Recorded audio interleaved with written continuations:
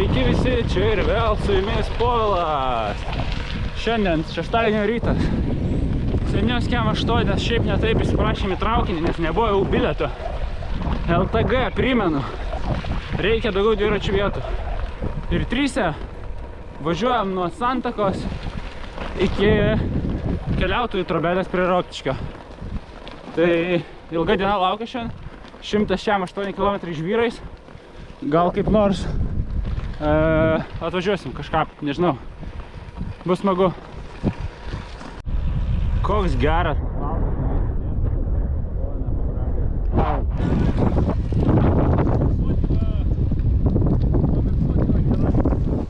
Na, žiauriai gerai eina.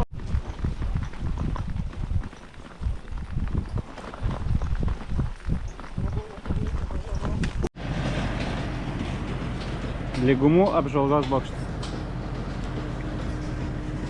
75 kilai kažkur. Nu, žinok, jisai toks visai apvalus, taip atrodo. Nuo bokšto vaizdas, Kretono ežeras, apsemos pievos, ganyklos.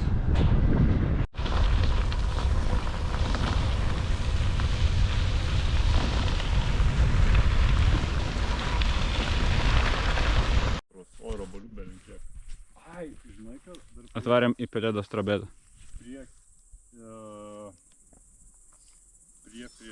Apie 108 kilų. Nu ką? Pamiršai, ką sakyt norėjai. Dabar jo gali klausti. Ne, aš maniau, kad tu pasakai, aš tiesiog nenoriu. Žodžiu, mes jau Pelėdos trobelį apsiprausėm ir valgom. Bomšparis, tušonka, čipsai. Čikienos. Jo, vištiena. Čia natūralūs vaisiai nuskynėm nuo kriaušės prie tų tvenkinių. Jo, žiauriai gerai. Dviračius susistatė, nelabai matosi, nes lemputė perdegus, bet labai fainai viskas. Pavalgom, sutvarkom ir miegot. Hei, atsikėlėm, pavalgiam. Čia va miegojom. Ir ten dar spinta ir skladuškės, taip atrodo. Čia valgiam. Ir ruošiamės ir tuoj minsim dviratuką. Kiemas.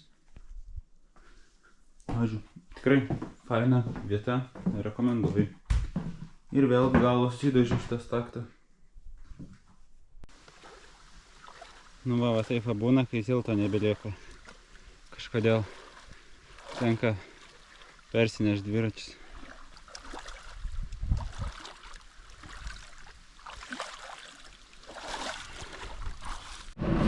Ukmergė, kelionė baigta. Išlydėm į Kauną.